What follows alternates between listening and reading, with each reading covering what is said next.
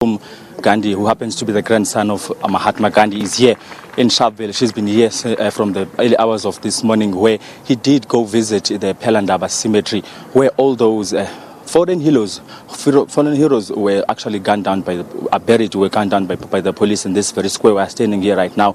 Basically, he did conduct a wreath-laying ceremony there. Right now, we are here at the square at Sharpeville, where those marchers were gunned down by the apartheid government. Here, of course, Arum Ghandi, the grandson of Dr. Mahatma Gandhi. If you can be able to see right behind me, there's a tree planting ceremony. If you can see from where I'm standing right now, this is in commemoration of those fallen heroes who were members of the PAC. We are told that we're sort of trying to fight against the usage of dompas. This is what is basically happening now. He's going to conduct that ceremony, which was actually preceded by the wreath-laying ceremony at the cemetery here in Sharpeville. Of course, the community members are here to actually pay the respect, or rather remember those foreign heroes led by, of course, by the grandson of Mahatma Gandhi. We did speak to him earlier on. Alicia actually did make a compassionate plea to our leaders here in South Africa to make it a point that those that fell as a result of the fact that they were fighting for democracy in South Africa continue to be commemorated, continue to be honored for the role they played, so that we can be able to have a prosperous South Africa that knows where it comes from in as far as our history is concerned.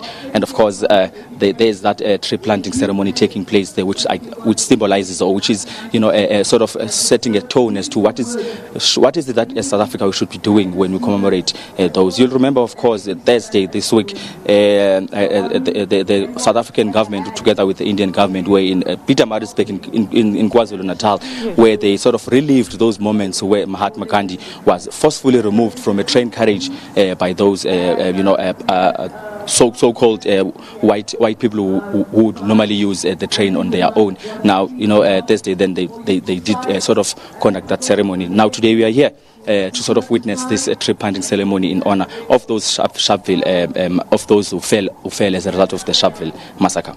All right, Abongile, I hear you saying that the grandson of Ghandi is, of course, in attendance there. Tell us who else is in the area to come and also commemorate in the remembrance of those fallen struggle icons.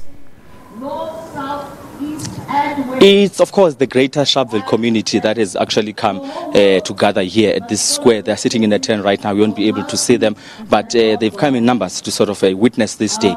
Of course, they are led by Dr. Arum Ghandi, who happens to be in the forefront of the MK Mahatma Gandhi Institute for Peace and Security, which is based in the US. He came here especially during these 125 years in commemorating the event that took place around his grandfather. Now he's here to lead these ceremonies. After this, we understand that there's going to be some activities that take place in commemoration of that fatal day that saw more than 50 people perish here in Sharpeville.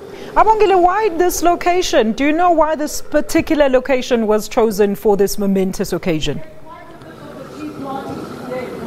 Basically, for the very massacres that have been taking place here in Sharpeville, in fact, in the greater Vaal Triangle here in Gauteng. Of course, the one that we're talking about just now is the Sharpeville massacre. There's also the Zone 7 massacre, and also there's the Boipatong one that also saw a large number of people losing their lives while in the fight against apartheid in South Africa. So basically, it's significant enough that we are here in Sharpeville because the greater Vaal Triangle here was marked, in the past by quite a lot of, incidences that saw people die as a result of being shot at by the apartheid police. Now, of course, these are some of the reasons, and of course, just after 1994, government has also been in the forefront in sort of bringing about programs that will seek to sort of come up with plans or rather solutions that will see people being able to transit